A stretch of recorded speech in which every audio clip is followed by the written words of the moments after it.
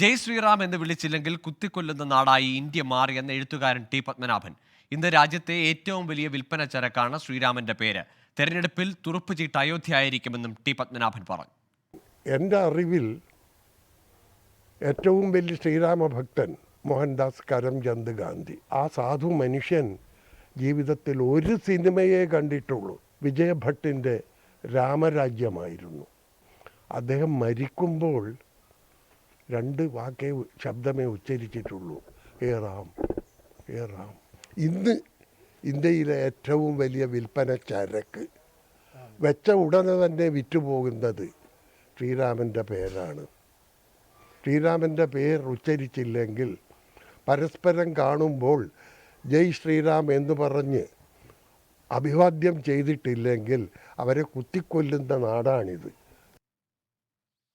കണ്ണൂരിൽ നിന്ന് സജോ ദേവസ് ചേരുന്നുണ്ട് വിവരങ്ങളുമായി. സജോ, ഈ അയോധ്യ പ്രതിഷ്ഠാ ദിനവുമായി ബന്ധപ്പെട്ട അതിൻ്റെ ചുമതല, അതിൻ്റെ ക്ഷണിക്കാനൊക്കെ ചുമതലപ്പെടുത്തിയത് ആരാണ് RSSനെ എന്ന ചോദ്യങ്ങളൊക്കെ ഉയർന്നിട്ടുണ്ടെങ്കിലും ഇത്ര നിശിതവും രൂക്ഷമായ ഒരു വിമർശനം കേരളത്തിൽ നിന്ന് ആദ്യമാണ്.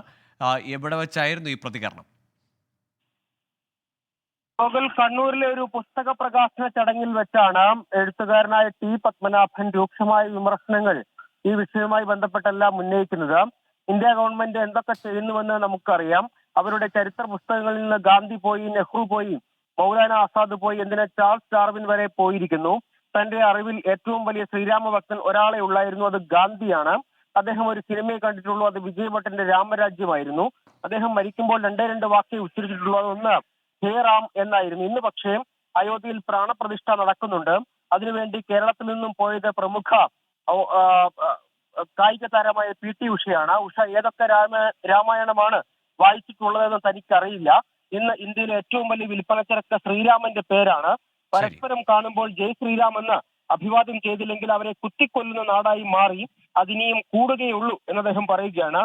വരുന്ന ലോക്സഭാ ഇലക്ഷനിൽ ഏറ്റവും വലിയ തുറുപ്പുചീട്ട് ശ്രീരാമന്റെ പേരും അയോധ്യയിലെ ക്ഷേത്രവുമായിരിക്കും എന്നുകൂടി അദ്ദേഹം കുറ്റപ്പെടുത്തുകയും വിമർശിക്കുകയും ചെയ്യുകയാണ്.